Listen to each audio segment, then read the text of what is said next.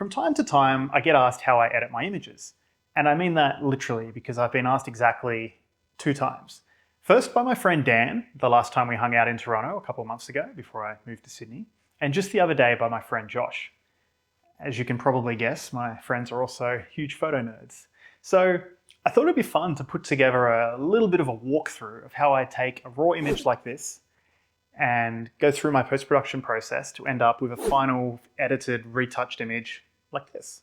Let's start with hardware, or the tools I use. So I edit everything on my 16-inch MacBook Pro right here. I don't use an external monitor. The reason is because I got so used to retouching just on a laptop that by the time I actually got myself an external monitor, I just preferred having one screen right above the keyboard. It just works for me. And I also use a Wacom tablet. This is the Wacom Intuos, probably mispronouncing that, in pistachio green. Why pistachio green? Because things in pistachio green are always on sale for some reason. No idea why. And the only other thing I use is a color checker. So you basically take a picture of this thing in the lighting conditions that you're going to shoot in, and then it creates a custom color profile matched to your camera, which is much more accurate and much more pleasing to look at than the Sony colors out of my camera, in my opinion. Okay, finally, software.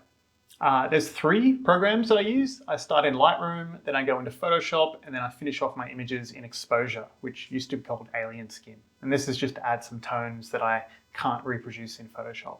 But a small word of warning, this video is going to be long and unscripted and detailed. I'm literally just going to talk through my editing process. So unless your name is Josh or Dan, you may find this video a little bit boring, but you've been warned. So I use Lightroom for 2 purposes. The first is to organize my shoot. So after a shoot, I import everything into Lightroom and then I go through and meticulously star everything to make my selection. Whoops.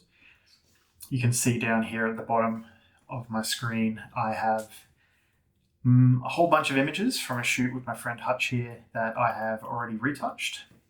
That's the before, that's the after. And then a couple more down the end here, which I am yet to edit. This is the one that we're going to edit today. And the second thing I do in Lightroom is I give the image like a first pass. So I correct my colors, I balance my exposure, I make some very minor adjustments. I basically get the image into a state that I can then bring it into Photoshop and then make the more kind of minute changes and bigger changes with regards to retouching and things like that. I don't do actually any retouching in Lightroom. I just mess with exposures and colors. So yeah, let me walk you through how I'd do an image. So this is completely raw. It's straight out of camera. And you can see the shadows are really, really dark. So I've exposed for the highlights because it's a raw file and you can magically bring everything up like 5-6 stops. It's kind of stupid. So I always tend to err on the side of underexposure when I'm lighting my portraits, but I think with this particular one, it actually is a little underexposed. So the first thing I start with is my color profile. So Lightroom comes with a bunch of standard Adobe profiles, and then just by flicking through these, you can see some pretty drastic changes already. But I don't use any of these profiles because I've already made a bunch of my own. And I created these with the color checker that I showed you earlier.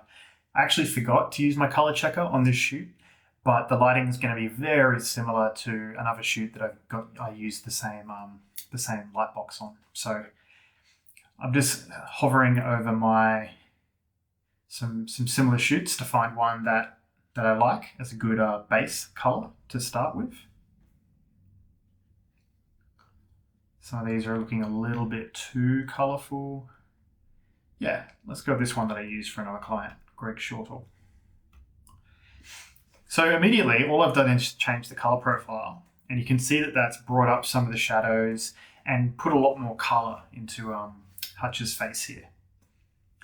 It's looking a little bit too red in parts, but we'll come back and fix that. So with a shot like this that's, pretty underexposed, it's pretty tempting to just jump straight in and, lift the exposure, but you pretty quickly run into some problems with, clipping your highlights. So I find it sometimes more helpful when you're working with a portrait like this to start by lifting the blacks. So straight away, we've just lifted the blacks, and now we're kind of in a space. We've literally got 100, which sort of shows you how underexposed this image was. But this is a much nicer space to work with. We'll probably end up bringing this down a little bit as we go, but just to begin with, to get this exposure to a nice workable spot, I think 100 is looking pretty good. So then I'd like to work with the shadows. So if we lift them straight up, all the way, it starts to look a little bit strange and a little bit fake. But lifting them a little bit feels kind of nice. So just to get a little bit more light in his eye that's in the shadow, and then a little bit more detail on the shadowy side of his face here. We can play with the whites. If you obviously bring it up too much, bring it down, it starts to look a bit fake. And you can actually hold the Option key, and then when you scroll up, you'll see when it's clipping. So anything that shows up in this little mode here is overexposed. So we can go to 50, 54, around 55 is as high as we can go without overexposing. But you can see it looks kind of strange. So I tend to just do this by eye. You just want to add a little bit more life to the highlights. So let's go there, somewhere around 25. I don't know why. It's probably the ADD in me. I like these numbers to be divisible by 5. I feel like this feels wrong otherwise. And then the highlights. I usually find myself bringing down highlights, but in this image that was like underexposed, I think bringing them up ever so slightly just to add a bit more life into the portrait feels kind of nice. So obviously that's too far. That feels kind of weird. But, just bring it up around 20, feels good. I'm using my Wacom pen, and using sliders with this thing is a fucking nightmare. So that's why I'm constantly changing my numbers.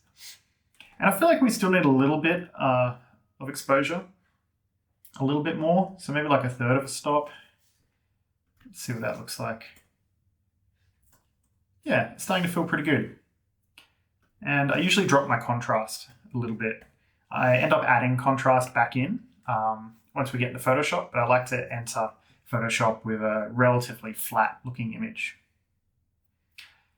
And now we'll bring down the blacks to a point that feels kind of nice to the eye. Let's go to 70. And finally, before we leave, just this top basic editing section, in Lightroom. Just going to tweak my image, the color temperature ever so slightly. I'm just going to cool it off a touch. So what's that? That's before 5250. Let's get that to 5000 Kelvin. No, too blue. 5100. Yeah. Feels better. And it's feeling a touch too purple. So let's drop this to 10. No, too green. Let's go 12. Split the diff. There. So that's where we started. So obviously very underexposed, but just with a quick little basic edit. Now we've got it looking pretty good. Like this, I never would, but you could send this out the door, and I don't think Hutch would be too unhappy with this current image, but we're going to take it a lot further than this. It's tempting to add texture and clarity right now, but I find doing that at the end is usually best, because if we do it in this point, once we bring it into Photoshop, we can't reverse it. So we'll come back to that. And the DA slicer The dehaze slider is obviously adding haze, removing haze, but this looks ridiculous.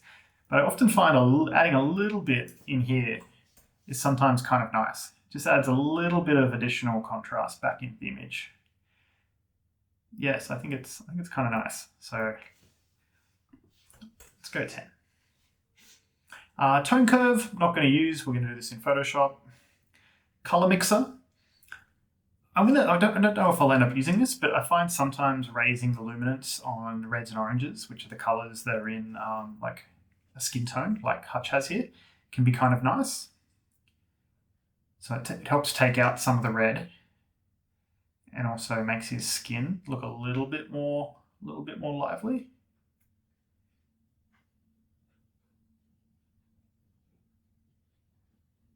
Just a little bit. We don't want to go too crazy. So the after and the before, so it just raises that, bring that up a little bit more actually. Yeah, so just adds a little bit more life to the image. It's a very blue image. The background's kind of like a dark grey, and he's wearing like a darker blue top. We can bring that down, focus more on his face. Well, it's quite nice. Picks up the little accents in his hair, raises his top. A little bit of a pop in his eyes as well. Yes, let's do this a little bit. Brighten the blues in the image a bit. I think I'm going to desaturate the blues, but a little bit of pop feels nice. Yeah. All right. So I usually find myself taking blue out of an image, especially when you're shooting outdoors. The whites tend to have a lot of blue in it. This is obviously indoors, so it's kind of a pointless thing to say. But I don't think I'm the biggest fan of this blue top. I think I want to change it. So we can go green. Oh, purple's kind of cool. But I don't think I'm going to do it in here. I think I'm going to do it in Photoshop, so it's reversible.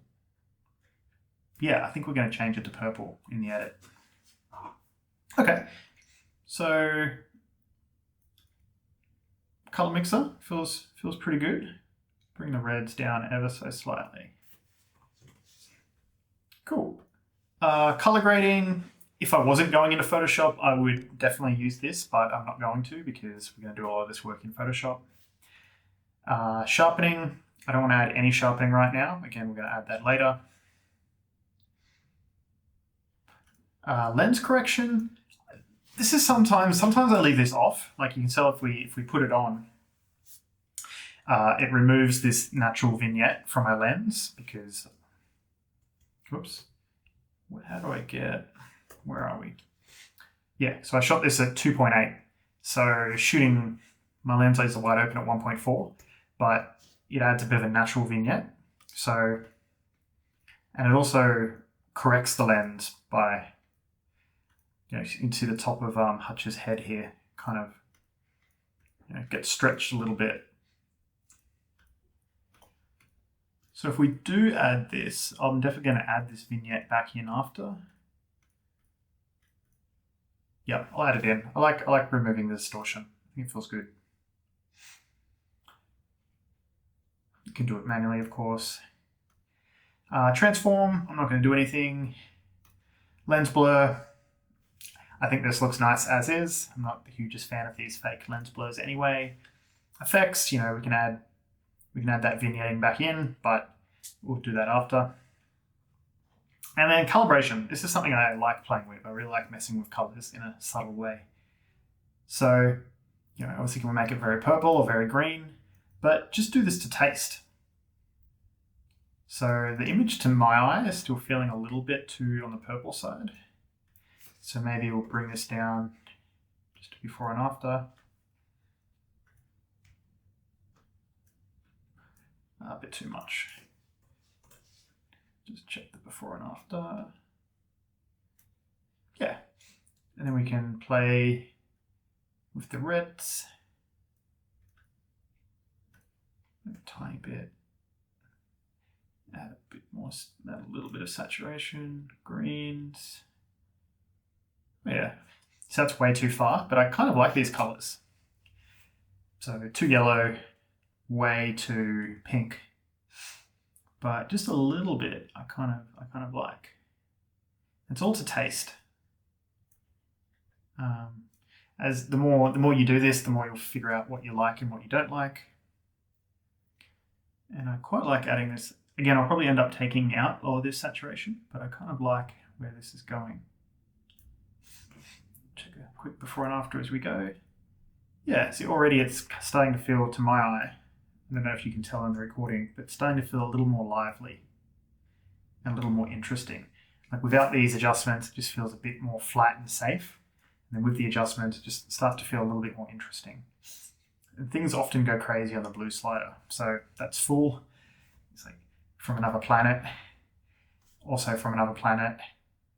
But I find just tweaking to the eye. Like right now, I'm not even looking at the slider. I'm just sliding it to the point on the slider that I think it looks the best, which to my eye is around here. Yeah. And then we can mess with the saturation. So way too much, obviously. Pretty much desaturated because there's so much blue in this image. But then just a little bit. Yeah. So calibration before and after. Like, yeah, look at that.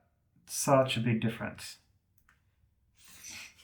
And that's about all I would do in Lightroom before I move into Photoshop. So just a quick before. Very dark, very underexposed. You almost can't see anything. Just like the highlights, basically. Well, this was only shot with one key light, but everything else is pretty much in almost complete darkness. And then that's where we get to after. All right. No, I kind of like that. I'm just going to put a little bit more contrast back in. Yeah, there we go. And I might just take out a little bit of saturation and add in a touch of vibrance.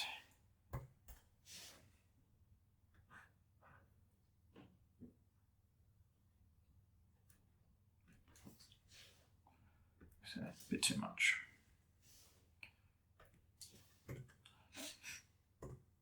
Okay, how are we looking? Yeah, so still a little bit too red in here, but I'm going to balance that out in Photoshop and I'll show you how. Actually, scrap that. I'm not going to add anything here. All right, so obviously Photoshop and Lightroom are both owned by Adobe. So you have these really nice tools. You can literally edit in and then bring it into another program. In this case, Photoshop. And here we are. We're in Photoshop. So I've got a couple of other files that I've edited in here just before this, which are looking pretty cool. Show you a quick before and after on this one. So that's before. Obviously got our lighting stand. Just very, still looks nice, but you can definitely increase the impact of the image by just removing distractions. And then after.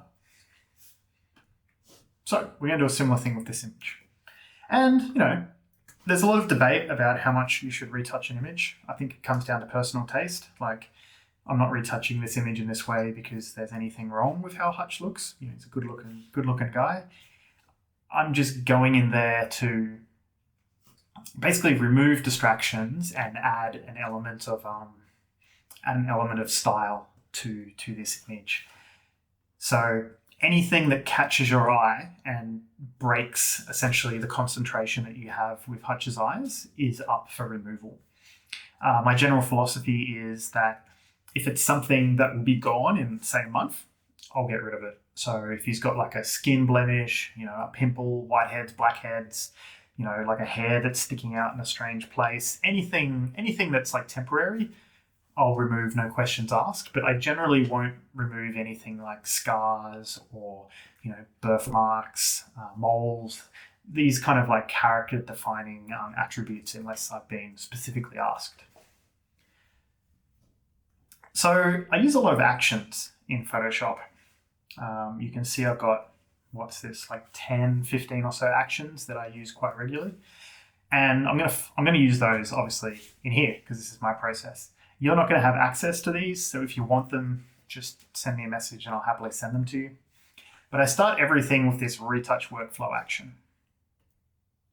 And what this does is it essentially just creates all the folders and all the kind of standard layers that I use mostly for like a standard retouching process. So these layers are really helpful for two reasons. The first is they just remind me the steps of like a complete retouch that I usually go through. And they also save me a ton of time because, you know, I retouch a lot and I don't want to be creating the same file, the same folder every single time. You'd be surprised how much time this actually saves you. So essentially, I create a new action where I just create all the layers and put them in the correct folder so everything's neat and organized. I don't always do all these steps. I'm probably not going to do all these steps for this particular image, but if I was going to go nuts and do everything I possibly could to this image, this is what I'll do. So it's really helpful to start by looking at the image and just figure out what it is that I need to do. I should probably add this to my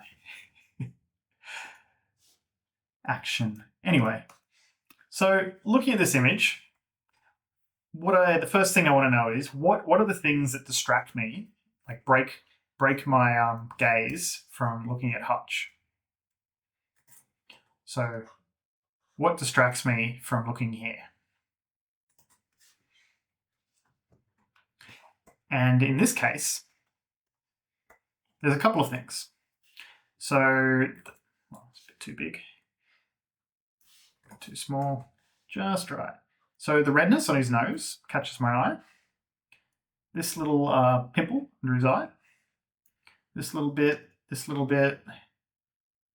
thing, you know, got some bit of dark coloring under his eye. Might be a little bit tired. You know, a couple of hairs sticking out over here. This thing, but I might leave that in. And then a bit of the silhouette is kind of broken here. But besides that, I think it looks pretty good. Maybe this. Yeah. Yeah, like I said, like this, I'm being overly picky and I'm just wanting to remove anything I can that's taking our attention away from looking at Hutch's eyes. So anything that distracts us from looking right here and right here, it's got to go. So I'll keep this note, and then I'll come back to it at the end, hopefully if I remember, and just double check that we've hit everything here. I've also got some other layers in here that help. You know, this makes it a bit easier to see blemishes and things, but we're not going that hardcore with our retouch, so I don't think we'll need it. So the first thing I do with an image is do a bit of like shape manipulation. God damn, I can't talk. Let me have a drink. The first thing I do is shape manipulation. So we want to create the most striking and strong silhouette, strongest shape of Hutch. And the little thing that distracts me is this over his right shoulder, so camera left shoulder. There's like a little dip, like the silhouette's not perfect. It's not perfect over here either. But this is where this is where I'd like to start with. So we go into the liquify tool, and we're just using this finger warp. It's a finger in the icon, the warp tool. And essentially, I'm just like pushing up and down with my stylus pen to correct this shape. Now it helps that the background is solid. Otherwise, you get all sorts of issues with you know, warping the shape of the background and whatnot. And it doesn't even really look like I'm doing an awful lot, but when I show you the before and after, you'll feel it. And this is not something you'll ever even notice. Like I doubt Hutch would even notice unless he watches this video. But this is how it works. So see this, that's before. It's a bit like wobbly. It's a bit just, it doesn't feel solid. And then it's after. So it's subtle, but I feel like it just gives him a lot more presence. He feels a lot more kind of fixed in place.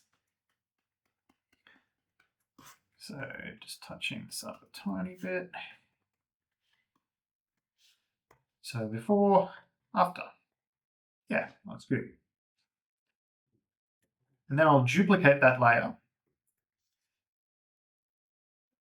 And think of it, is there anything else that I can remove that's like kind of easy? I won't do too much skin stuff in here, but I'll do a little. So I usually start with the patch tool. The patch tool and the spot healing brush tool and the healing brush tool and the remove tool. These are like my go-to tools for retouching. The remove tool is relatively new to Photoshop, but it's amazing for hair. So you can basically remove after each stroke. I want to get rid of this hair, and we just highlight it like so. And then bam. Look at that. You'd never even know it was there. So we'll come in here since we're doing some hairs, and any hair that we find particularly distracting, anything that takes us out of the picture, like this one up here, we'll look at removing with this tool. Now this tool isn't right for everything. You might see here. I'm not sure if this will work. Okay, did a pretty good job. And we don't want to go nuts. We don't want to remove absolutely every hair. That would be crazy, like any little hair that catches our attention. Just the big things. And this comes down to personal taste. The thing about retouching is you always want to, it's a balancing act, right? Like you want an image to look good, and ideally the best image is an image that doesn't look retouched. Like something that you would never even know had any work done on it at all. All right, so now we're looking at this image. Anything take our attention away from Hutch's eyes? Yes, this little bit of hair here. But I'll show you another neat little trick. If you don't want to go as hard as using the remove tool, you can use the spot healing brush tool. And in mode, you can use normal or darken, or lighten or screen or whatever. But if you set it to darken, it doesn't remove it completely. It just attacks like the highlights, like the things that are above 50% gray. So it kind of like takes away the hair without taking away the entire hair, which can be like a little bit less, does a little bit less work. So let's just hit that and just kind of knocks it back. All right. I think that's good. That's to my eye the only thing that was really distracting me. All right, so before and after. So see, it's all very subtle. Like most of these things I'm doing are going to be super subtle, like the before and after. But when you combine them all, like already, we've just fixed his silhouette and removed a couple of distracting hairs, and already it's just feeling like a more simple image. And the more simple the image, the less distracting things there are, the more attention you can focus on his eyes, and that's the trick. Okay, this hair I'm finding a little bit distracting, so we'll just hit that.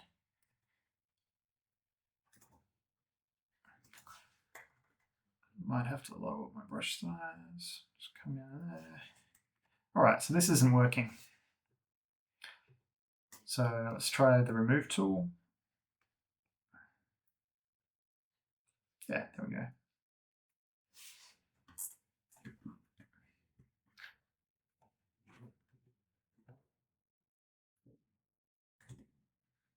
This is probably the most powerful tool in Photoshop, in my opinion, the patch tool. You basically just, anything that you want to get rid of, you just circle and then replace it with a new part that looks similar. So in this case, this bit of skin looks very similar. Oh, no.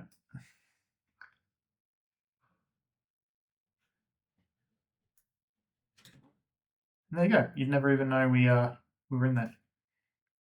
This little thing under his eye.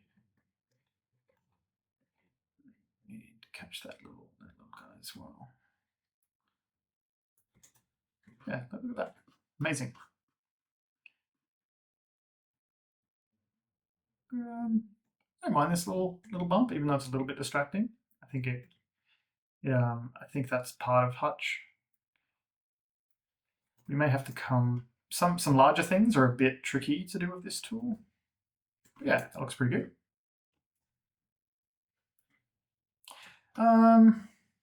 Okay, so this little tuft of hair and this little bit of hair I find a little bit distracting. I could push it in with the liquefy tool, which is an option. Push this down and up with the liquefy tool. Or we can try something a little bit more drastic. I don't know if this is going to work, but if we just try and do something like this. No, it's added a. You can see these sort of artifacts. As far as the hair goes, I think it's not too bad.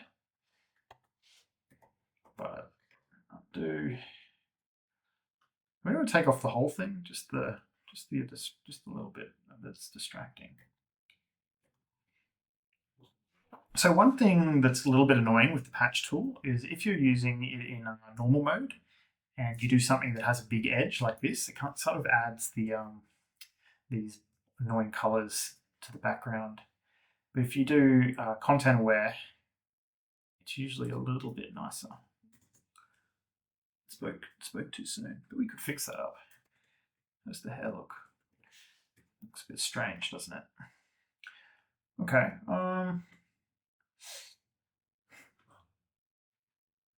Pick a different bit of hair to replicate this bit.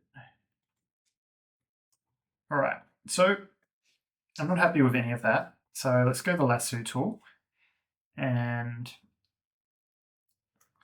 let's use a little bit. This might not work, but generative fill. And generative fill does a pretty good job usually of essentially just removing things if you don't give it a description. So it'll give me a few options to match his hair. So we're going to need to blend this. Like you can see that it hasn't done a very good job. Just in terms of hair, let's zoom out.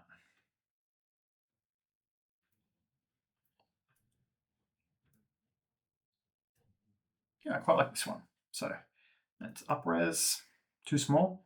Okay, we'll delete the other options to keep our file a bit smaller. And now we just got to redo the mask because this doesn't really match.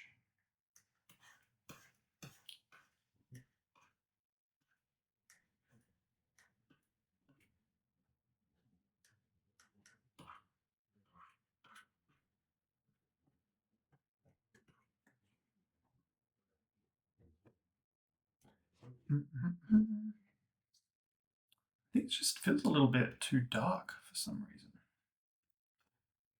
So this is kind of going a little bit overboard. But just add a curve and clip it to this. So now this curve layer is only going to affect the layer below it. And I think it just needs the midtones lifted a little bit. Not that much. So just using my keyboard.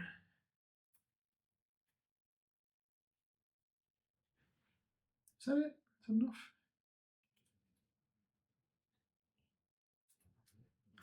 I'm going crazy. All right, now.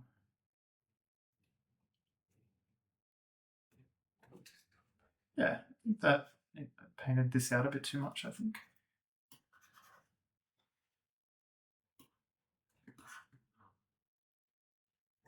Cool. It's not perfect.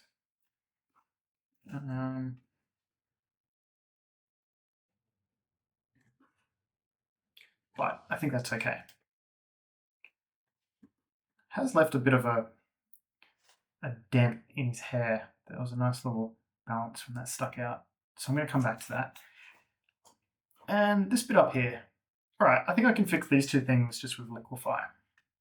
So I'm going to make a new layer. Go back into Liquify. And just ever so slightly, I just want to pull out the hair here. Again, we're on a solid color background, so it shouldn't be too noticeable. Still want to keep it kind of messy. Cut just got that kind of scruffy hair look, which is cool. But yeah, just want to fill in that little gap a tiny bit. I think I took that a little bit far, so I'm just going to reverse my edit a little bit. Yeah, there we go. And now I'm just going to bring this top bit down ever so slightly. You know, being careful not to affect too much of his hair, just the part that we want to affect.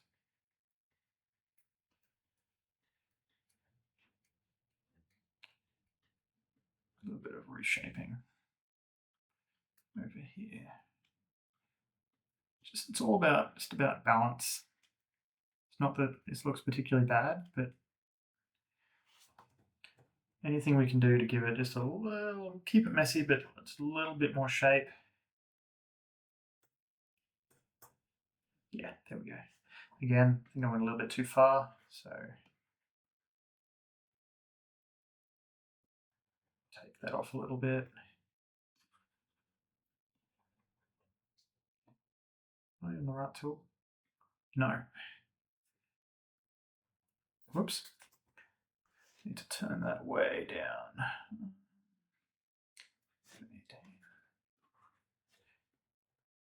Yeah, there we go. Cool.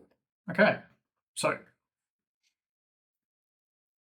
I think that's as far as just general kind of first retouching pass goes. That's it. So we take that off.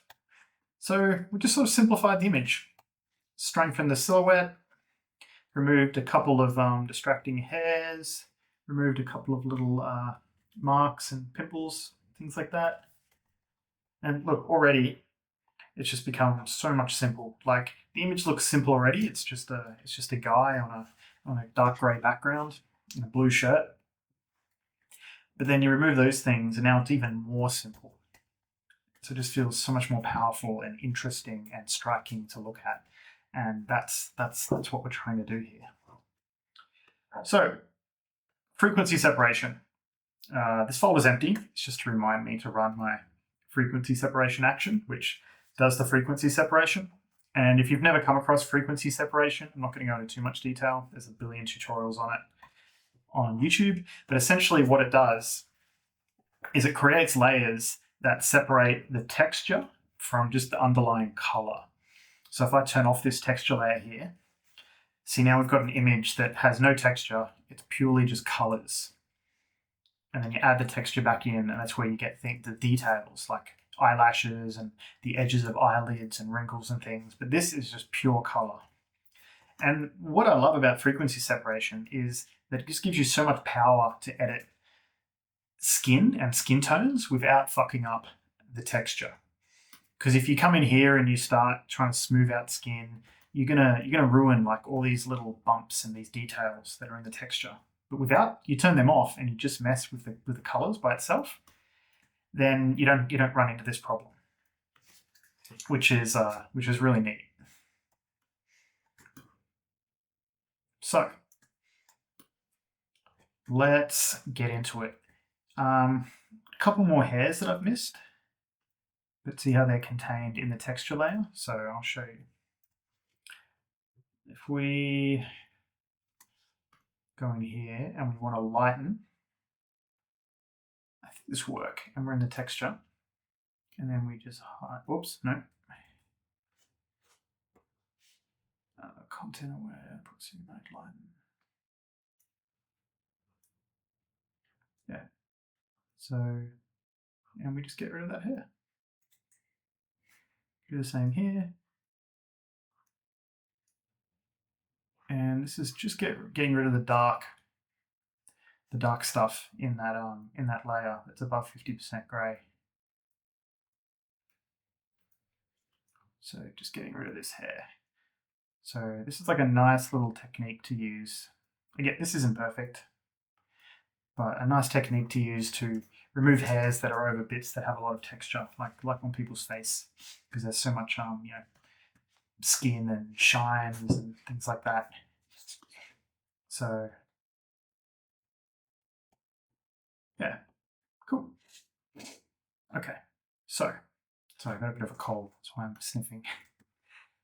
So we can see that there's there's some like bumps and things that are in here that we can smooth out. And we can also smooth out colors and things like that. So I'm not going to go too nuts, but basically the basics of frequency separation is that you smooth out the colors and the textures separately. So anything that looks a little bit distracting here, we can address. So this bit of skin is like quite red. So if we select it, and this is essentially, the fade essentially allows you to decide how much of the patch that I've just moved we add. So that's 100%, that's nothing, and it's just a balancing act. So just moving it to where it feels the most natural. So there feels pretty good. So see how that dark spot has been removed? It's essentially how PHP frequency separation works. Again, I don't want to go into too much detail about frequency separation because that's a monstrous tutorial on its own. Oops. But this is essentially how it works. Anything that's like a little bit distracting, use the patch tool and then fade it into to end up as a color that looks like the most natural. So that looks a bit too much. That's nothing. So kind of just fade it in. Yeah, about 50%. Looks really good there. So this little red spot, pick a bit of skin that looks pretty similar. So again, and then just fade it up until it looks natural. So we select this sort of white spot, come down, go to fade, hide the lasso just so we can see it a bit better, and then fade it up so it looks natural. There are so many different ways to retouch skin. Dodging and burning is another one. I just personally find PHP to be a little bit quicker. Dodging and burning, I think, gives you a better result, but I find myself using this technique a little bit more. It's also a really good technique for doing under eyes. So that didn't grab a good selection. So sometimes you need to take a couple of goes to get a good selection.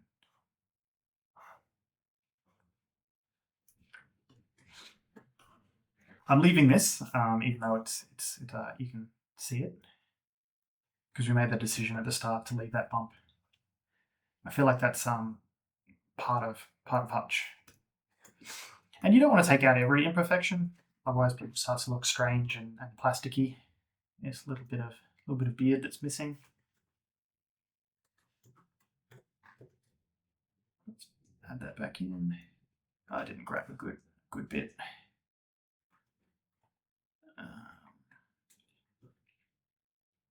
All right, so grab a bit of beard. And just pull it up to fill that bit. Yeah, there we go. All right, don't forget about the neck. Is there anything in there that you want to just fill in his beard a little bit? I'm sure he'll be appreciative of this. All right, we're going to do the under the eyes, but we'll come back to that. Just going to address some of this redness up here.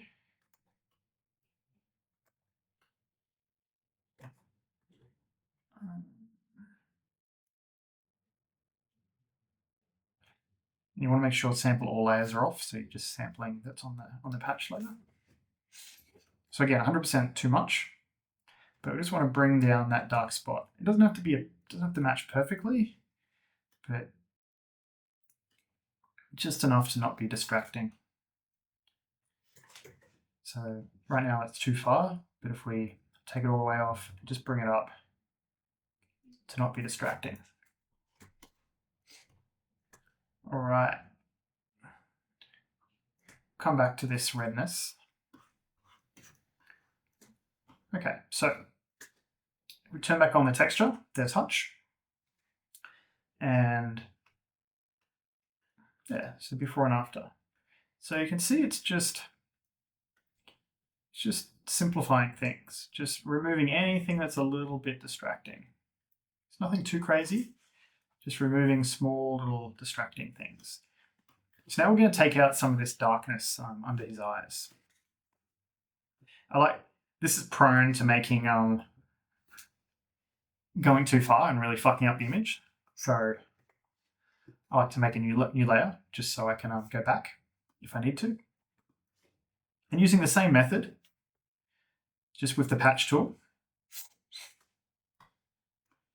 That's why it wasn't working properly. Okay, so there's two settings, normal and content aware. Normal is what I use mostly, but content aware, if you're like on an edge, like we were with Hutch's hair earlier, can sometimes get a better result. So I should have been on normal, and some of those things that weren't patch healing correctly would have been solved. So make sure you're on normal, but it still did an okay enough job. And then what we want to do is basically just select the dark part under the eye. Don't want to select too much of this. And then just move down. And now I've essentially, this looks a bit dumb, but just bear with me. Then we essentially just want to fade it up to remove some of this color in a way that feels a bit natural. We don't want to remove it entirely, but just drop it back a fair bit. So go to where it starts to feel a little bit unnatural. Like that's too much in my opinion.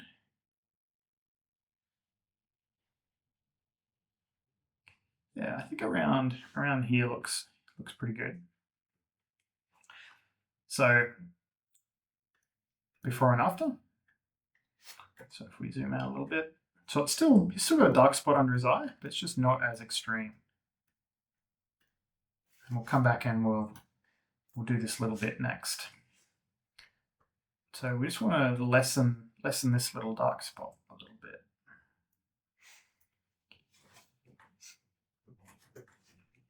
So again, that's way too far, but that's nothing. And we can essentially just dial it up a little bit. So 25% feels okay. Yeah. So just addressed the bag under his eye a little bit. Again, it's not completely gone, but it's gone a little bit more. We might come back to that. And again, we're going to do the same on this part, but we're just going to do it in two passes. So dial it up. And now we'll do this part. So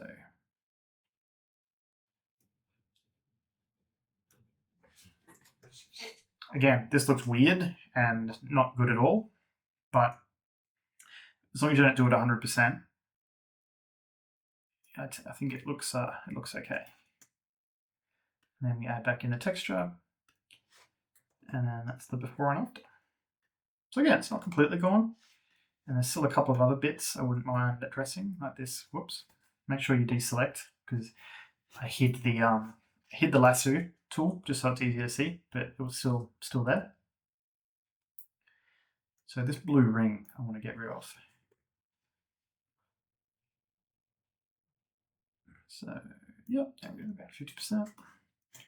And then the same here, this little edge on the white, don't want to get rid of completely. Oops, it's terrible selection. I don't want to get rid of it completely. I just want to dial it down a little bit so it's not so obvious. So nothing.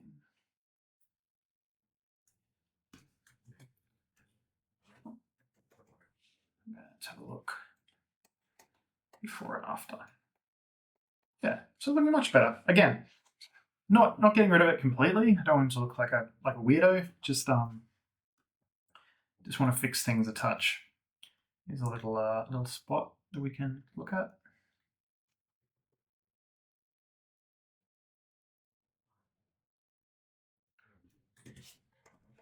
Nice. So yeah, that's the quick little frequency separation. So we haven't done too much. I've just removed lessened the bags, smoothed out the skin a little bit. I think that's looking all right.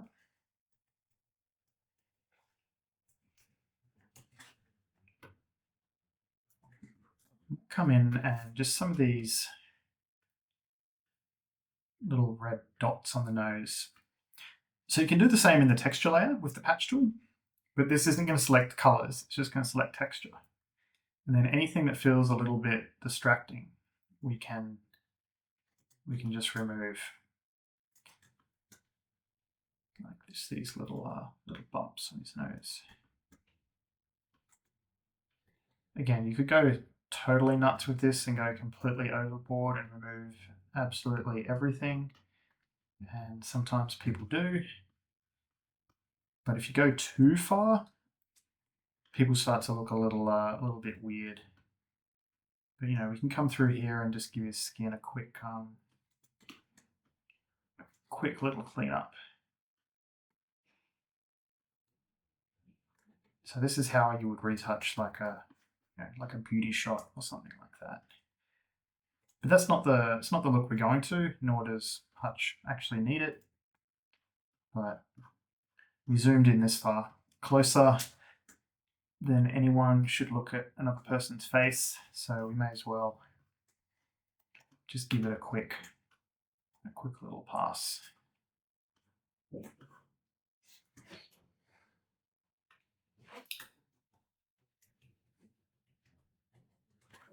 I'm going to just address these two little white dots.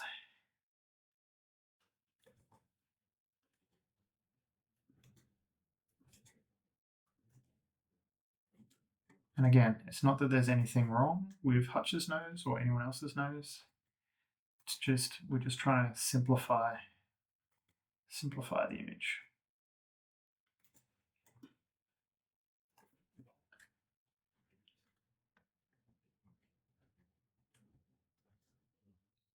Cool.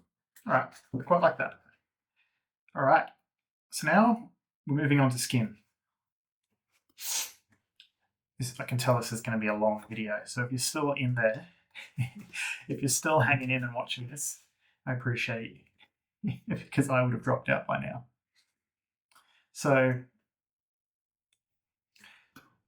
the things I like to do with skin are a little bit of color correction if we need it, which in this case I don't think we do, and reduce redness.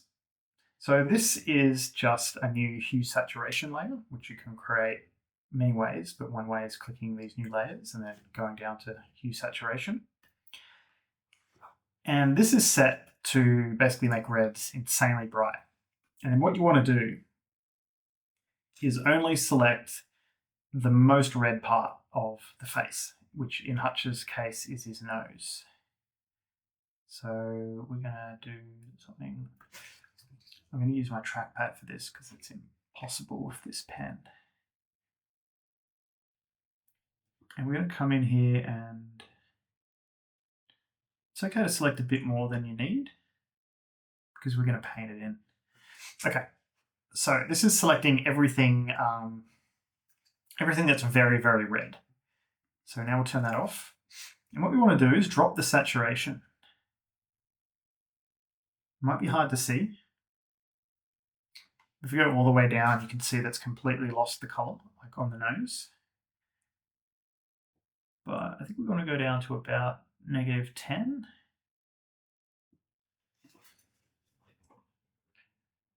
And raise the hue a little bit. So it moves out of the reds and into the blues, just makes it look a little bit more natural. So that's before and after. So I actually think I need to expand this a little bit. Nice. So we don't want it on his cheeks. We want to keep his cheeks red. I think we really just want it a little bit on his nose and on his brow. So we're going to turn this on, and then we're going to invert this layer, which is a mask. And now this is not on at all because it's black. So white reveals, black conceals is how these masks work. And then with our brush tool, and then at a brush of probably about 50% opacity, we just want to paint in the parts that we want it. So I want the nose, a little bit here, a little bit in here, but not much. And we definitely don't want the lips. We want to keep the lips their natural color. So yeah, so that's just taken out a bit of color. Probably a bit too much, to be honest. So let's just knock this back to 75%. Yeah, there we go. Nice. I think it's looking good. Okay, eyes. This looks like a lot of layers, and it kind of is, but I'll walk you through. So the first layer is cleanup, and I basically use this layer to just remove anything that's distracting in the eyes. In this case, things like this little bump and these capillaries, like these. So a tool that I find really helpful for this is the remove tool. Surprise, surprise. And literally just make sure that sample all layers is on, and then just simply pick it. And then voila, look at that, before and after. So it's still bits, and there's still a couple of veins in there. You don't want to remove everything completely, or the eye will just look a little bit weird. But anything that you just find a little bit distracting, just get rid of it. But these other ones, I'm just going to leave because I think they add actually, I'll get rid of this one. But I think they add a bit of texture. I think it looks nice. And yeah, there we go. So before and after, it's very subtle, but just makes his eyes a little bit more impactful. Again, it's all about removing distractions. So the first thing I like to start with curves. So if you grab this little hand, and everywhere you click will add a new point on your curves, well, the curve line. And essentially we want to add 2 points. We want to add one in the black, but it's never completely black. So we add one. And then we want to add one in like the highlights in the color, which is here. Pick that, and then just drag up and brighten the eyes. Now this is brightening everything. So then we go back to our mask and we just invert it. And this is just a simple curves layer. Yeah. So then with a brush at 100% opacity, we want to paint in basically the colored part of the eye, being careful to avoid the black of the eye. And don't get too close to the edges because you want that sort of dark gradient around the side.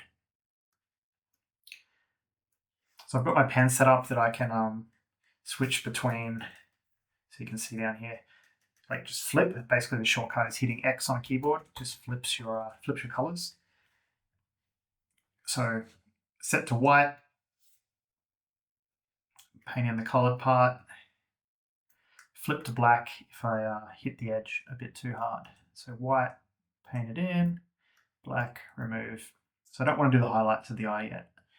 Now, that's way too much. He looks like some kind of alien, but that's off and that's on. So basically just want to dial it in to where we feel like it looks good. So 100% is too much. 50% feels okay.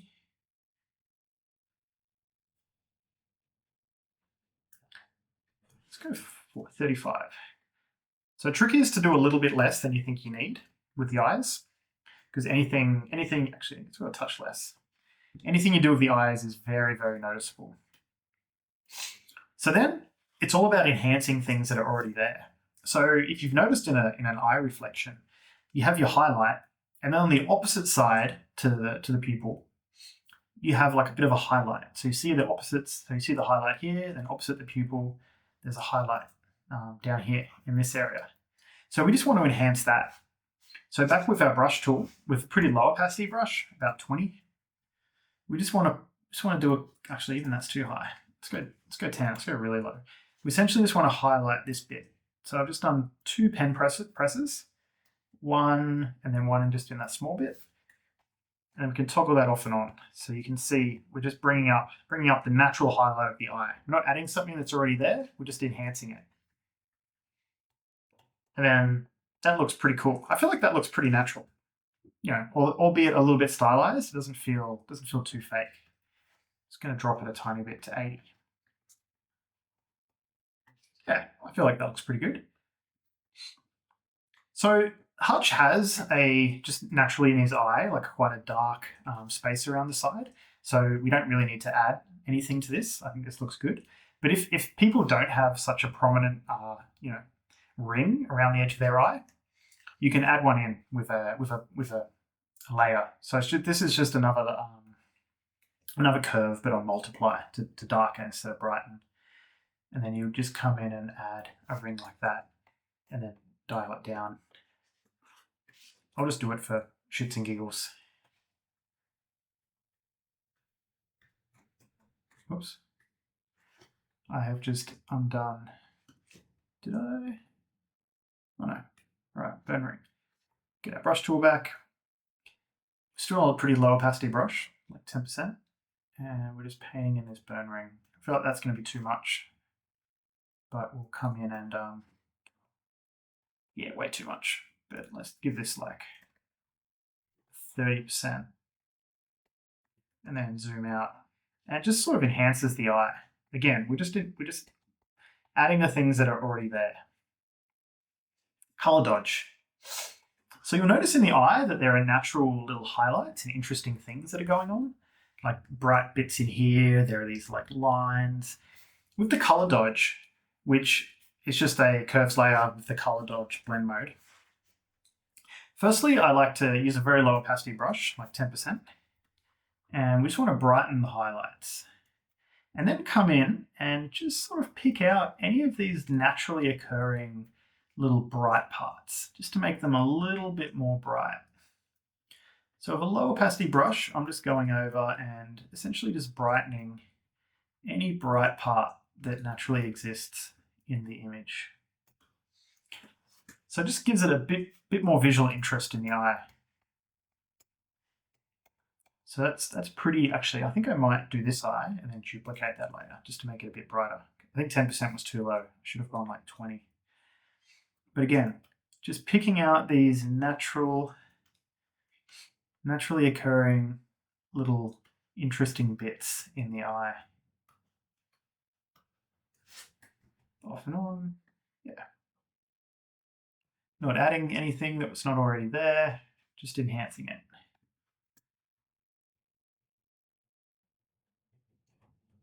Nice, and duplicate this layer. So, yeah, that's a bit too much, but just a tiny bit. Maybe make this second layer like 30%. Yeah, there we go. Feels pretty good. And then this last layer brightens the whites, but I don't actually think we need it. So I'm just going to leave. Oh, actually, let's double check.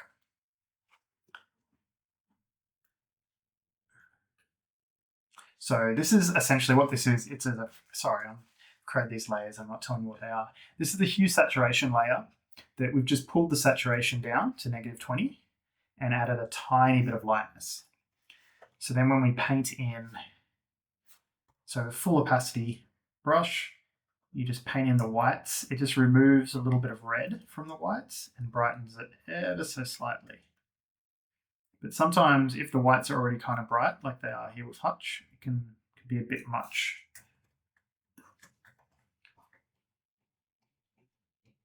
Yeah, it feels like a bit much. So I'm going to take off the brightness in here. So now it's just essentially taking out the red of the eye.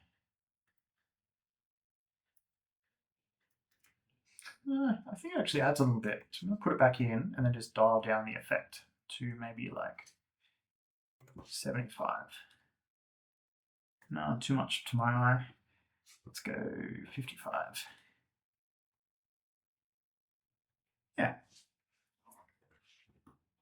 No, too much, too much. Actually, always helps to then test the entire eye at once. So this is everything we did. Again, it still feels pretty subtle. I think it's a touch much on these curves. Yeah. So bring them down a touch and then dial the reflections down ever so slightly. Yeah, there we go. So again, it's about trying to feel as natural as possible without going too far. And then drop these even further. Yeah, there we go. Cool. It's feeling good. It's feeling good. How you doing? Need a break? Hour 5? Talking this through has definitely slowed down my process. I usually probably would have well and truly finished this image by now, but talking through everything makes you think, slows you down. So don't be discouraged. But yeah, I think that looks good. I'm liking this. So let's have a look. It's always good after you finish a little step to go back and do a bit of a before and after. So that's the before, and that's the after. So each step, it's small, it's subtle, but it all compounds just to have a much more impactful, and more impactful impact. And again, we're not doing anything too crazy. The goal is to just simplify the image. Remove anything that's a little bit distracting from Hutch here to just create a much more striking portrait. That's the goal. I do have a layer to sharpen hair, but I don't think we want to do anything with Hutch's hair. I think it looks great. Yeah, and I think his eyes are so striking in this image. I don't want to take anything away from that. So I'm just having one final look. Let's just check this helper. Make sure we haven't forgotten anything. Yeah, we've got rid of all those hairs. Dealt with the shine a little bit. Yeah, I want to leave that spot. Yeah, great. Okay, delete that. So, dodge and burn. This is where things start to get fun. So, we removed the vignette naturally occurring with a stop-down lens earlier, but now this is where I want to add it back in. So this is just a curves layer on multiply. And we essentially just want to paint it in. Or paint what interesting. paint a vignette in. So with a low opacity brush, let's go like 15%. I'm just hitting 1.5 quickly on the keyboard to change this opacity to 15%. You essentially just want to paint in a vignette. And it's okay to go too far. Like this has already gone too far, I can already tell. Actually, I don't want to double up in the corners like that. So just in one movement, keeping the pen down. So if you keep it down and you don't take it off, it won't, the way I've got it set up, it won't like overlap. So I can't add more than like 15% stroke unless I lift the pen, which I just did, and then place it down again. And then right around the edges, I'm going to add another little bit. Just go down there and down there and through there. So as you can tell, this is way too much. But now we take it off, and then just dial it in. It's a little bit easier to go too far and then dial it back, in my opinion, than nailing it first try with the brush. So zoom out a little bit.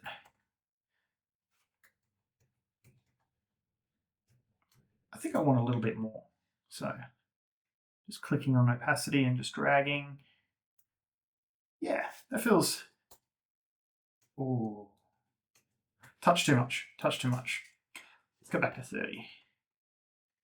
Yeah, it feels good. Okay. So now we're using burn. So this is an opportunity to knock back anything that feels a little bit too bright in the image. So for example, his nose is a bit too bright. So on a very low opacity brush, we're on 10%. I'm just going to come in and just kind of just knock back some of these parts that just feel a little bit too bright, a little bit distracting. And again, this is just a curves layer on multiply, just flattening the image a little bit. I'm not doing a full dodge and burn, although I love dodge and burn, but right now I'm into using frequency separation a fair bit. I think I'll go back to dodge and burn at some point, but right now frequency separation is doing pretty well for me. And right now all I'm looking is to just flatten the face and remove anything that's a little bit distracting because of how bright it is. Like this part on his nose here. I hit that quite a bit. A little bit too much, so just going to black to remove. Yeah, wow, look at that. So I've definitely gone too far, but again, we can fade it back. So let's fade it back. We don't want to take it all off completely.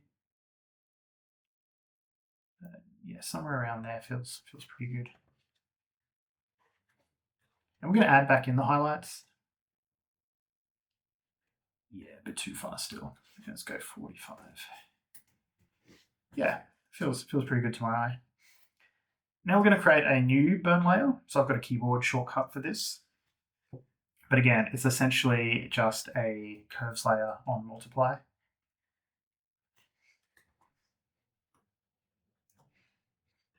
And then as we paint it in, it will become dark.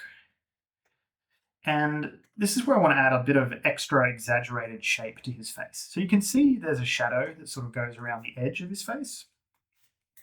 Naturally, I just want to exaggerate this slightly.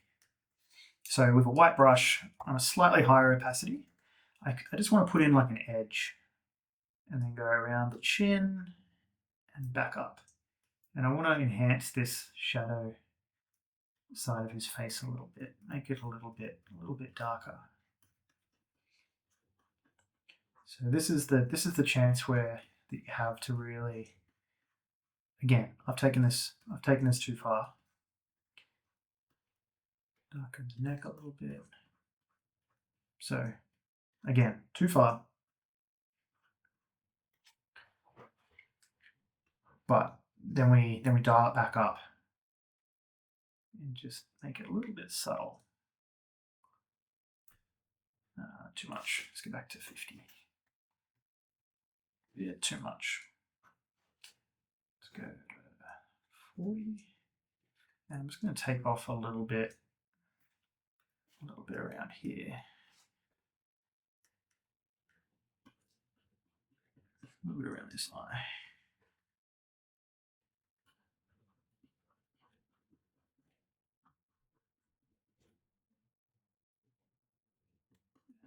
Take that away. Yeah. A little bit too much still. Let's knock it back to 30. Yeah, just a bit of extra shadow, a bit of extra drama. I'm going to create one more, just for an extra thin little bit right around the edge, really to define that jawline. And then put this ear in almost complete blackness. Just add a touch more drama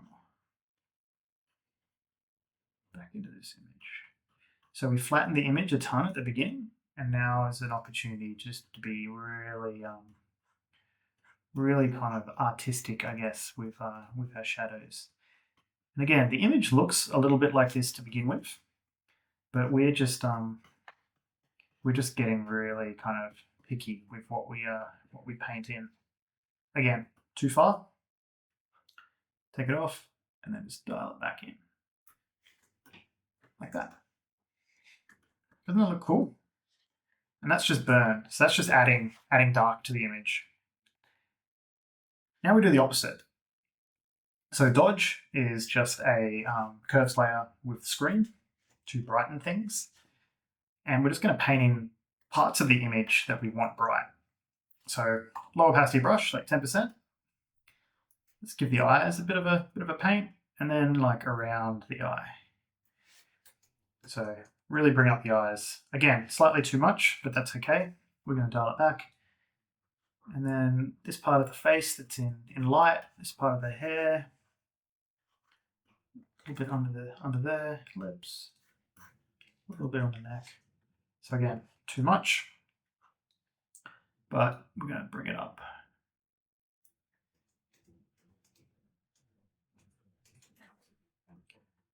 Yeah, I think that's feeling pretty good.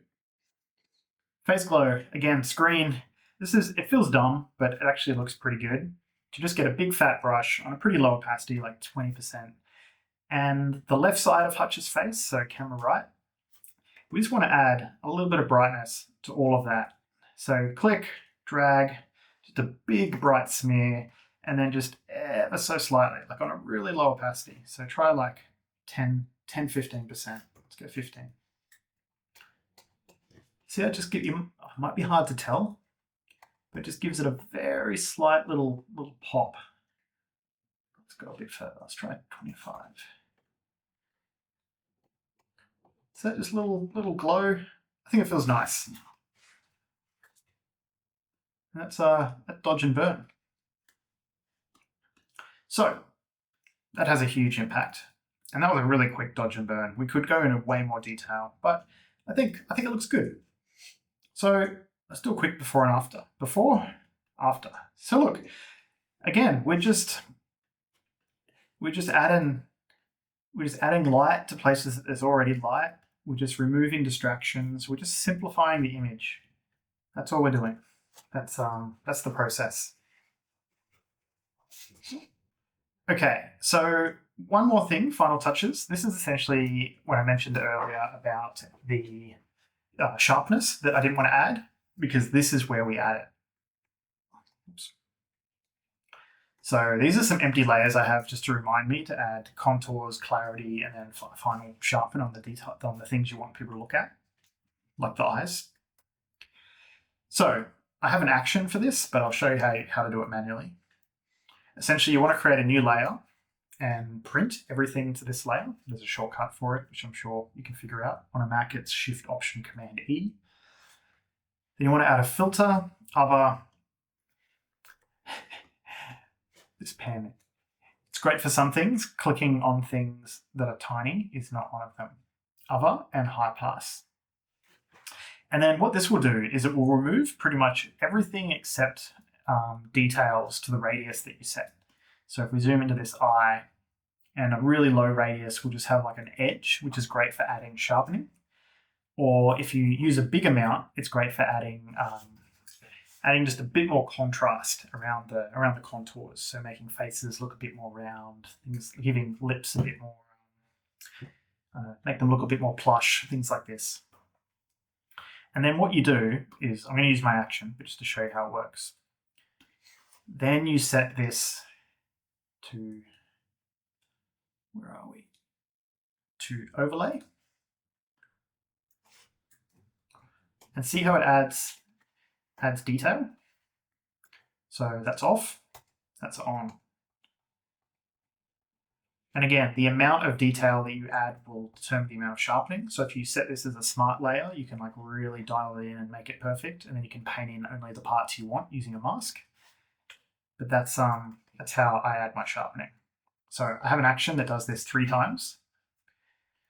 So the first time is for my contours. So it's usually a pretty big number. It's where you just want this kind of like gradient to go around parts of the face. So this will add extra contrast. Whoops. Clicked the wrong action. User error. Sorry, 3-layer clarity is the action I want, which does it 3 times. So yeah, about here, 73. And so this is just for like general sharpening. So I think we'll go about 6. And now this is just details like the eye. So you want it really small, like 1.5. And now if we turn those on, I'll show you what this looks like. So that's off, that's on. Might be a little bit hard to see, but just look at the eye, for example. That's off, that's on. So that just gives everything a bit of a very subtle like punch. And now this eyes only is currently off because we need to paint them in. So with the brush, 100% opacity. Just want to paint in sharpening on the eyes. So you want to make sure to get the eyelids and the eyelashes, and then anything else that you want a bit of extra sharpening. So this bit of the hair, it's pretty cool feature. So I'm also going to hit that. Now it might be hard to tell in this video, but I'm just going to turn off and on this sharpening. So it's subtle. Oh, that's on, that's off, on, off. But it really just gives the image a little bit more punch. All right, now final step in Photoshop, there's one more small step I take in a different program, is to mess with the colors and give it a really good look. Excuse me. Because right now, this is just a nice looking retouched image, but I haven't really messed with the colors. It doesn't really have a unique style or anything like that just yet. So let's give it some mood. This is where we can change the shirt color if that's something we want to do. This is where we can really go nuts. Actually, let's start with the shirt color. So I'm going to create a new hue saturation at the bottom. And let's call this t-shirt. And we can use this hand and then literally just select this color. Did that do anything? Oh, all these are off. All right, now it should, I'm like, why isn't that doing anything? All right, so let's select the blue. Yeah, cool. All right, so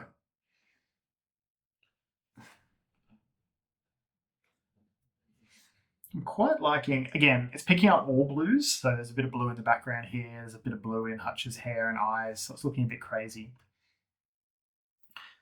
But I'm thinking just like a subtle purple is kind of nice. So somewhere in here. Yeah, just desaturate a little bit.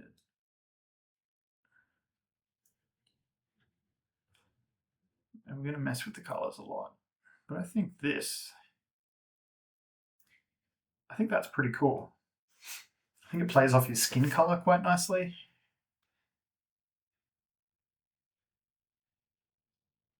Yeah, okay. So now what we want to do is select subject. This is a nice little thing you can do in Photoshop, obviously. And then we go to the t-shirt, Control-Shift-I, and then we make this bit black. Oops. Just by inverting that. And now only the t-shirt has been selected. So the edge still looks a little bit messed up, like that. But that's okay, because we can come in here and we can add a feather. If we go full, it's a bit too much. So no feather, it's like a gross, really hard edge between changing colors. So we just want to soften that. Something like that feels pretty cool. Again,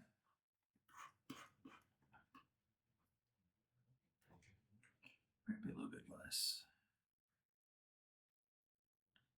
I want it sharp, but not too sharp, because that part of the image, if we turn this off, see, it's like naturally pretty blurry. So we want to kind of mimic that with this. It's a bit too much. Yeah, that feels pretty good to me.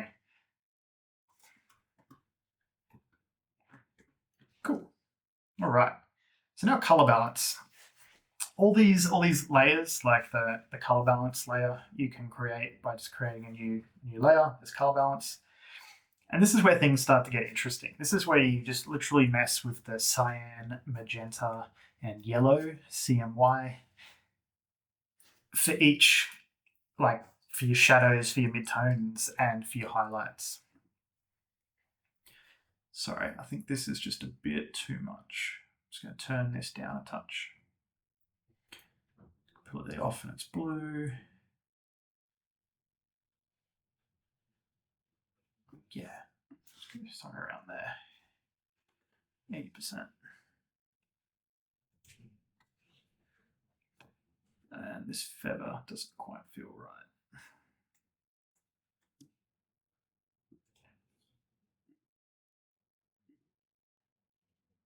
Actually, I'm just going to paint this in manually. So we're on a brush 100%. We're just going to increase the size of the mask. Because there were some parts that weren't actually blue.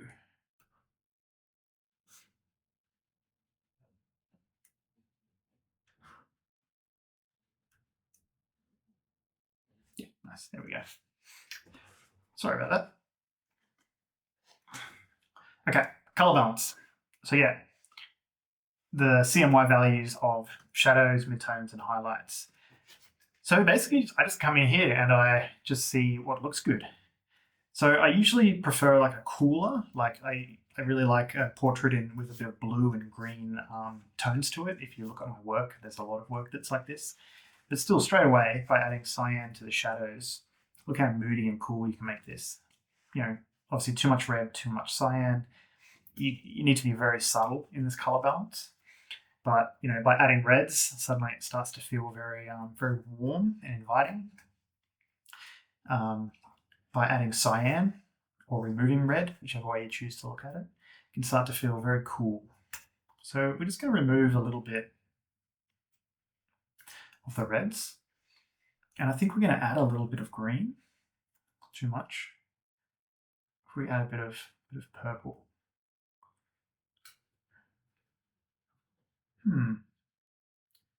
Yeah, touch purple.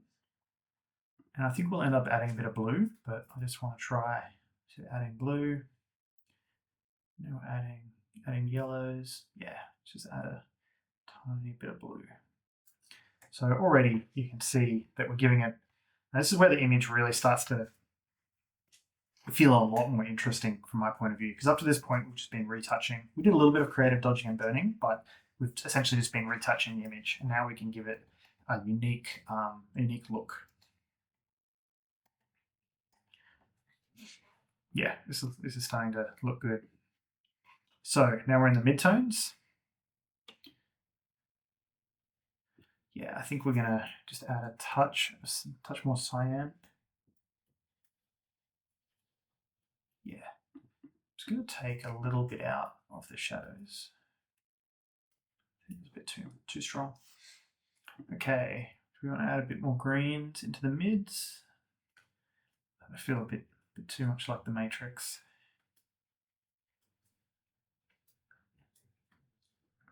A touch more green. I think we'll probably add a touch more blue. Actually no. Maybe we'll add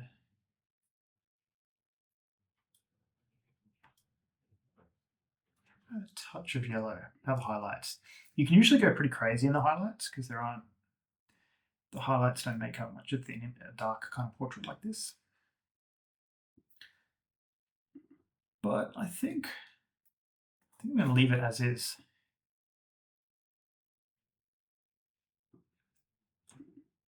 Yeah, add a touch of magenta.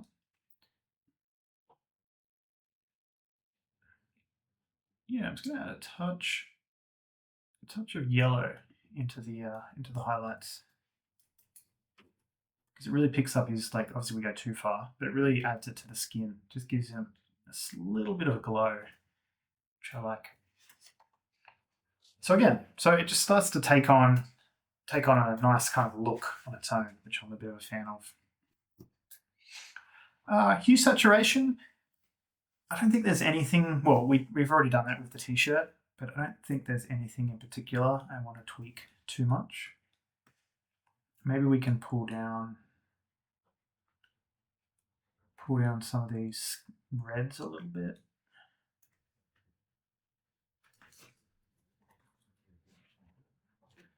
Let's just have a look. Let's invert that mask. Grab a brush on 20%. Just paint over some of this skin that's a little bit more colourful. That was on everything. That wasn't just on the reds. Yeah, it's too much. So let's just make this real subtle. It's too much. Let's go like 35%. Just take off it. You can barely even see it. Just takes off a tiny bit of red on the nose.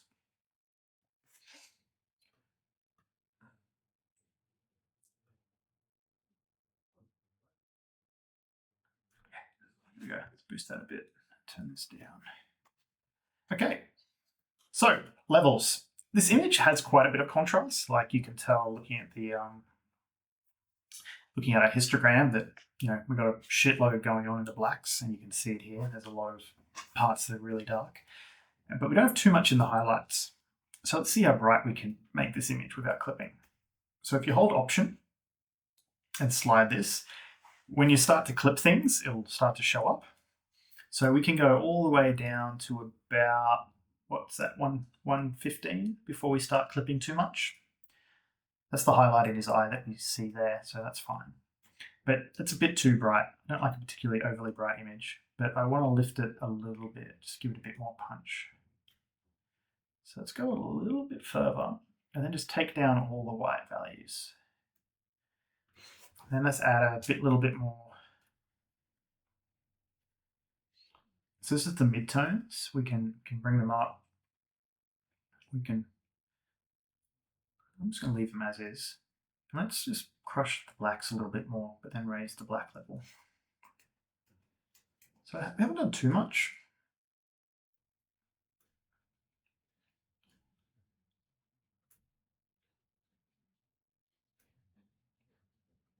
And the very last step will flatten the image a bit more. So if we're a bit too bright here, that's okay.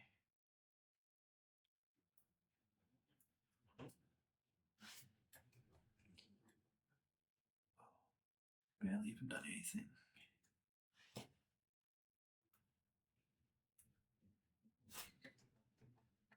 Yeah, nice. So I've just made the image a little bit brighter. But we don't want to go too crazy. Like we don't want to be overexposed or anything.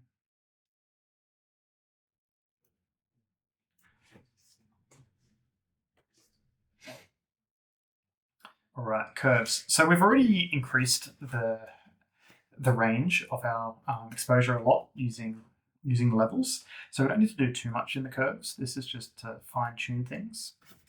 So curves can be very finicky, especially when using a tablet. So I find just clicking with the trackpad or even the pen, and then using your mouse to up and down the points in the curve really helps. So I'm just adding a bit of extra contrast by bringing down the blacks and bringing up the highlights, and then also bringing up the black point a tiny bit. And I'm just going to raise these mids. 1 more, 2 more, 3 more. Yeah, that feels good. And raise these a tiny bit. Yeah, this is feeling good.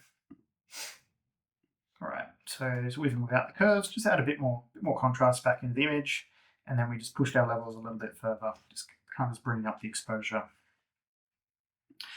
Selective color. Again, it's just a layer you can create down here, selective color.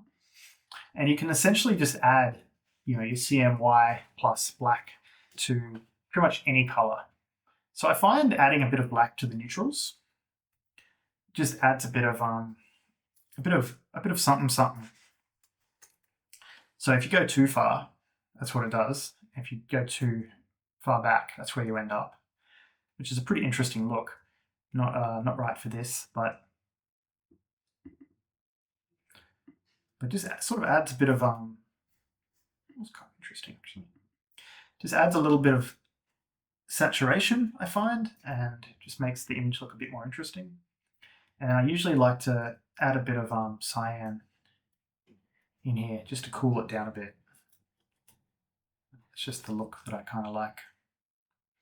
It's starting to feel a little bit dark actually. This might not work, but there's an exposure layer that you can add.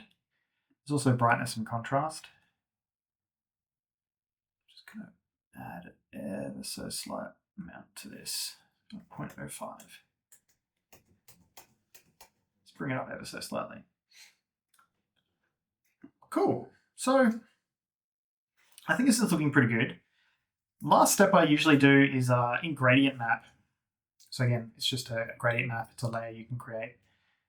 And then I really like to go nuts with the colors. So we've gone kind of like a bluey green look. So if we go into the presets, these are in any version of Photoshop. And we pull up the blues. You've got all these gradients.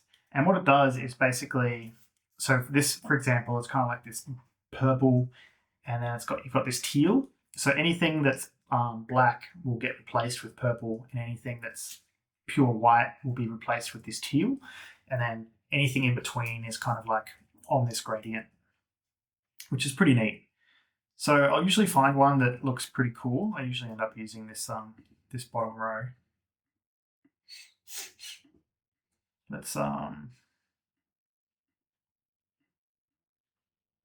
Let's try, where were we? Might not end up here. Oh. I need to talk through my process, you know what the hell I'm doing. But then you change the blend mode to color, and all it will do is change the color. It won't change the exposure or anything like that. But obviously this is way too much. This is kind of a crazy amount. You usually want like less than 10%, but let's start at 10. And now if we try these different gradient maps, just click through them, they really change the color in a really nice, simple way. Like it creates this really kind of moody look.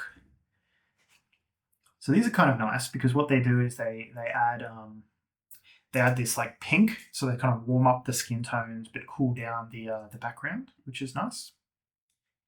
Whereas these ones, in this case, I think they add a bit too much. Well, I do kind of like this look, but they add this one's nice as well. But they sort of darken the skin a little bit too much for my taste.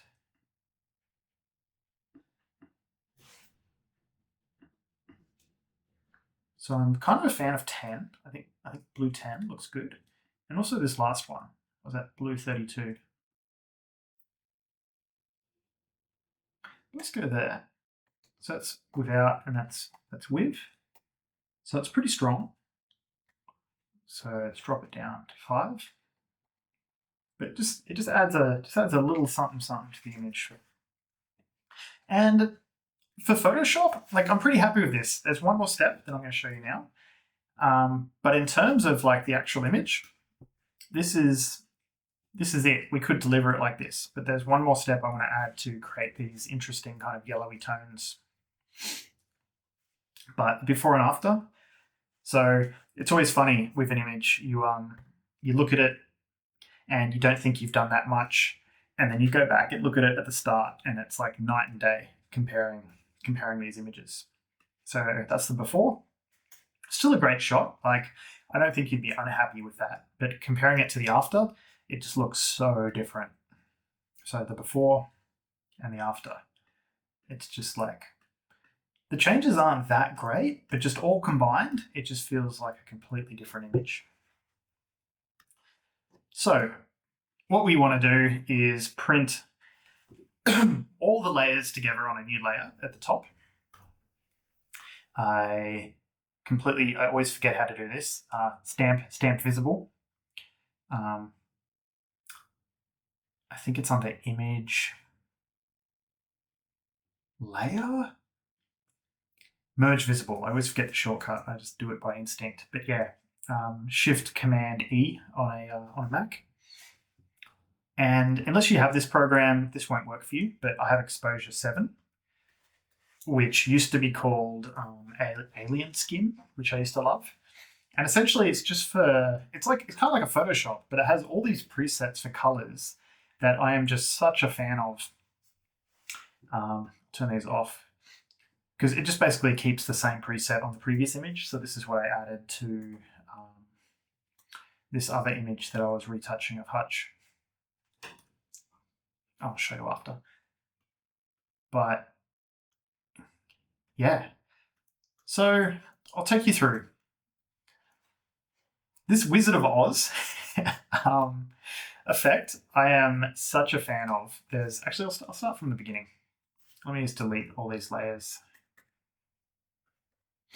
So I've got all my favorite. So this Wizard of Oz, again, these effects are probably too much, but the Wizard of Oz, what it does is it sort of adds this like yellowy, muted kind of old school tone to the image. So it makes it sort of feel like a bit of an old painting. And there's a few of them.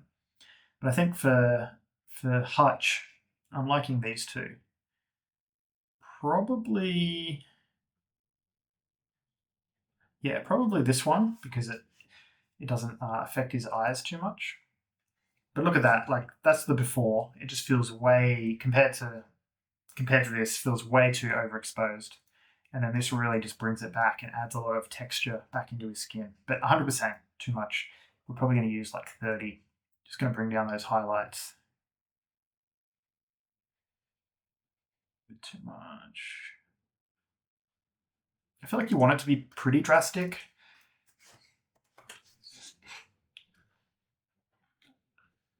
So yeah, I think I actually pushed this way too far, the highlights, but this brings it back. So then we'll add a new layer. I've got another one I liked. It's called like Yellow Stain. Oh, there we go. Strong Yellow Staining, which I'm a huge fan of. It's like the picture has been in a smoker's home that's been smoking a pack a day for 75 years. It's just covered in this like yellow kind of filth. But it kind of adds this nice sort of yellow tone to the image, which I'm a fan of. So yeah, somewhere around there.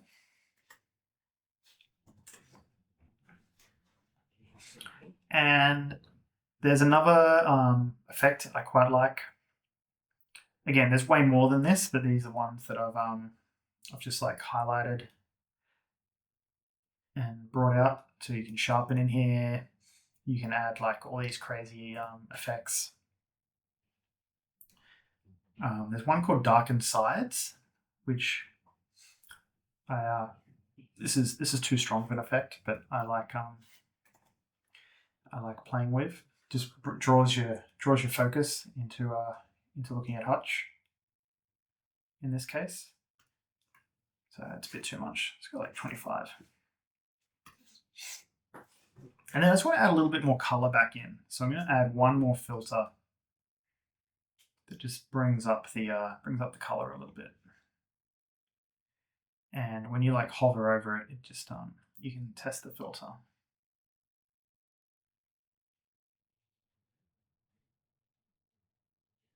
Yeah, so this is too much, but just want a little bit. Yeah, something like that. 20. And then with and without. So that's without, straight out of Photoshop. That's with. We've lost a little bit of exposure. So just at the very bottom, let's just boost the exposure a little bit. This works the same way as it does in Lightroom. Probably a bit much. Down to 7. And then we just boost the highlights ever so slightly. Oops. No, don't want that much. I'm talking like 3.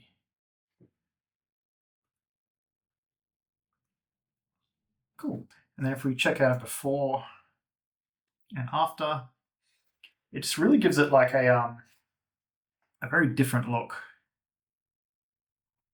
I think what I want to do is actually raise the midtones a tiny bit as well. I might actually turn these off.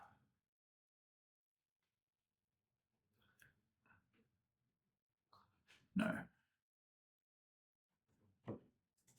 Whoa. I was wondering why that looks so weird. All right. Yeah, a bit too much. Don't want to go that hardcore, but just want to raise the exposure a little bit, because adding strong yellow staining and the Wizard of Oz effect really kind of, it's a bit too far. But again, all these layers, you can adjust the opacity individually, which is one of the reasons I really like this app for adding filters. So that's way too bright. That's down. Just bring it up. Bring it up a little bit. Just about there. So that's the after, before, after, before, after. We have lost some of the cool tones, which I feel like I might be adding too many layers at the moment. Yeah, you've got these sort of like, that's actually kind of interesting. These sort of, all right, I'm just trying something crazy. Ooh. I feel like it's definitely on the wrong side. If it was on the other side where the light was coming from, it would be kind of cool. I don't know if there's any way to flip.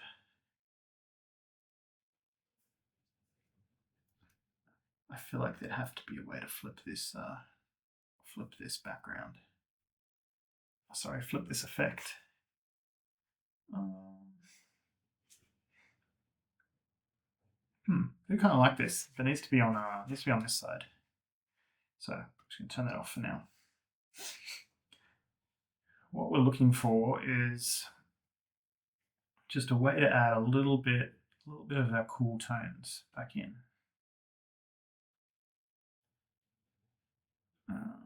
So some of these effects are pretty wild.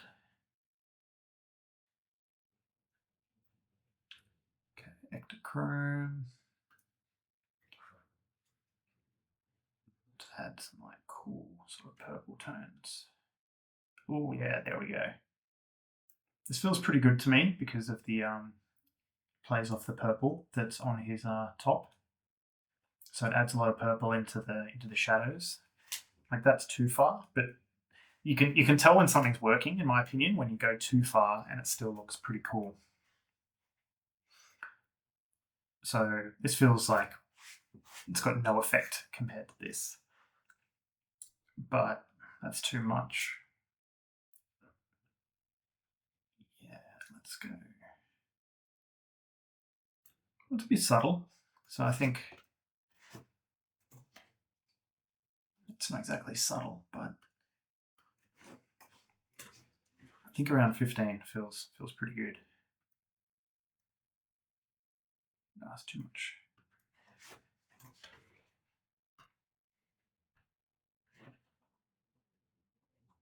Yeah. And let's just bring this up so slightly. Don't just do that, do we? We can just raise this. Just undo that. Just tweak this so slightly. Cool. I think, yeah, a bit too much purple. I do like it though. I just think, well, let's try this.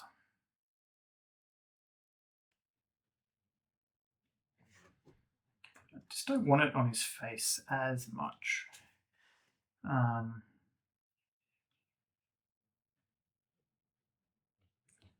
not sure. I never use these tools in here.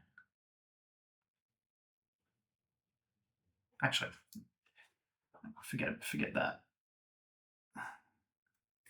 Just undo. 10%. There's a purple that we can add in Photoshop that I think I might do. No, let's add it here, like that. Bam. So basically hit that, hit apply, it closes the app and pulls that new creation that we created into Photoshop as a new layer.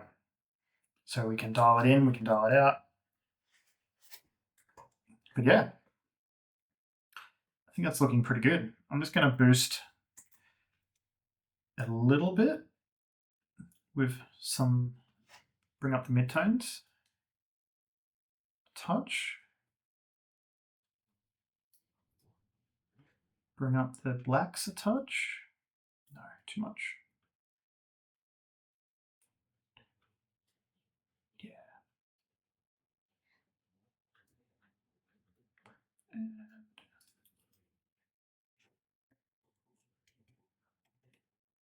touch too much. Just going to drop the opacity. Sorry, I've stopped talking through things. I doubt anyone's still watching, but if you happen to be, thank you.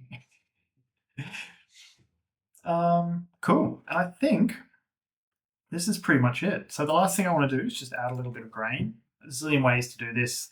The lazy way is to just use the raw features in Adobe Photoshop, which is what I'm going to do. So open up Adobe Camera Raw, and then you've got this grain slider. So it helps to zoom in. I like looking at the eye, getting a big look at the eye, and then something that's out of focus, like off to the eye, like this, and then dialing up the grain.